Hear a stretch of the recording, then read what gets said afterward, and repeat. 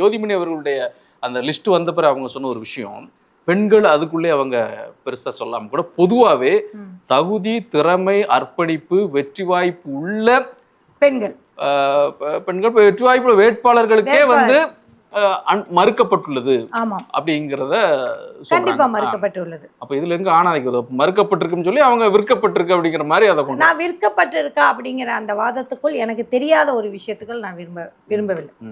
But நீங்க அரசியல் பேசுறீங்க எல்லாம் தெரிஞ்சுக்கணும். அது உள்ள வரும்போது என்ன நீங்க சீட்டு வாங்கணும் பெண்களுக்குள்ள வர்றோம்னு சொன்னா இதுக்குள்ள விஷயங்கள் எனக்கு தெரியாத ஒரு விஷயம், என் கண்ணால் பார்க்காத ஒரு விஷயம் அரசியலாக இருந்தாலும் இது ரொம்ப வெளிப்படையா நடக்காதுல்ல. வெளிப்படையா எப்படி நடக்கும்? அப்புறம் வெளிப்படையா அதுதான் வெளிப்படையா நடக்காது.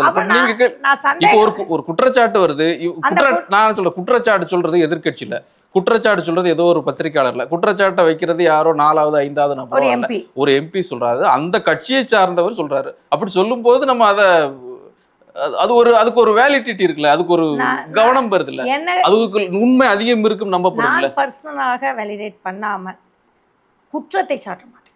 அது வரைக்கும் அவங்களுக்கு நிரபராதியின் நம்ம இந்த முறையே சொல்லுவோம்ல, குற்றம் நிரூபிக்கப்படாத வரை நிரபராதிக்கு அந்த வாய்ப்புகள் உண்டு. அதனால் அந்த குற்றம் நிரூபிக்கப்பட்டால் நானும் சேர்ந்து குற்றம் சாட்டப் போகிறேன், அவ்வளோதான். ஏன்னா எனக்கு தெரியாதுங்கிறத ஐ டோன்ட் நோ அப்படிங்கிறதால நான் ரொம்ப ஸ்ட்ராங்காக இருக்கிறேன். எனக்கு தெரியாது, எனக்கு வெக்கமோ பூச்சமோ இல்லை எனக்கு தெரியாதுன்னு சொல்கிறது. ஏங்க உலகத்தில் இருக்கிறது எல்லாமே நம்மளுக்கு தெரிஞ்சிடுமா? தெரியாததை கண்டுபிடிக்கிறது தானே அறிவியல். பட் ஆனால் அது ஏதோ நடந்திருக்குன்னு அவங்க நம்புறாங்க. அவங்க நம்புறாங்க. எனக்கு தெரியாது, நடந்திருக்கா நடந்துக்கலையா எதுவுமே எனக்கு தெரியாது. அதை பக்கமே நான் போகலை. நடந்திருந்ததுன்னா அது நிஜமாவே நிரூபிக்கப்பட்டா 2G ஊழல் நாங்கள் அது இன்னைக்குமே நிரூபிக்கப்படலையே.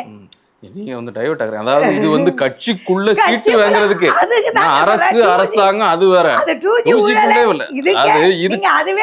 ஒரு கட்சிக்குள்ள நடக்கிறது. இப்போ 2 பேர் இப்ப நீங்க வந்து பேசுறோம்னா இதை எப்படி நம்ம வந்து ஊழலே வந்து நீங்க வந்து ஊழல்னு சொல்லி தண்டனைன்னு சொல்லி என்னென்னமோ சொல்லி கடைசியில எல்லாம் கேன்சல் ஆச்சு. இதை எப்படி நீங்க நிரூபிக்க முடியும்? இதை கண்டிப்பா இது எந்த விதத்திலையும் நிரூபிக்க முடியாது. அப்பனா வாங்கினதையும் நீங்க நிரூபிக்க முடியாது, வாங்காதையும் நிரூபிக்க முடியாது.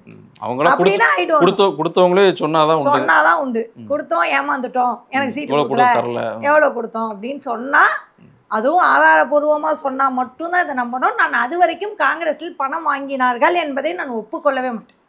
நான் ஒப்புக்கொள்ளல. அது நிரூபிக்கப்பட்டா மட்டும்தான் நான் ஒப்புக்கொள்வேன்.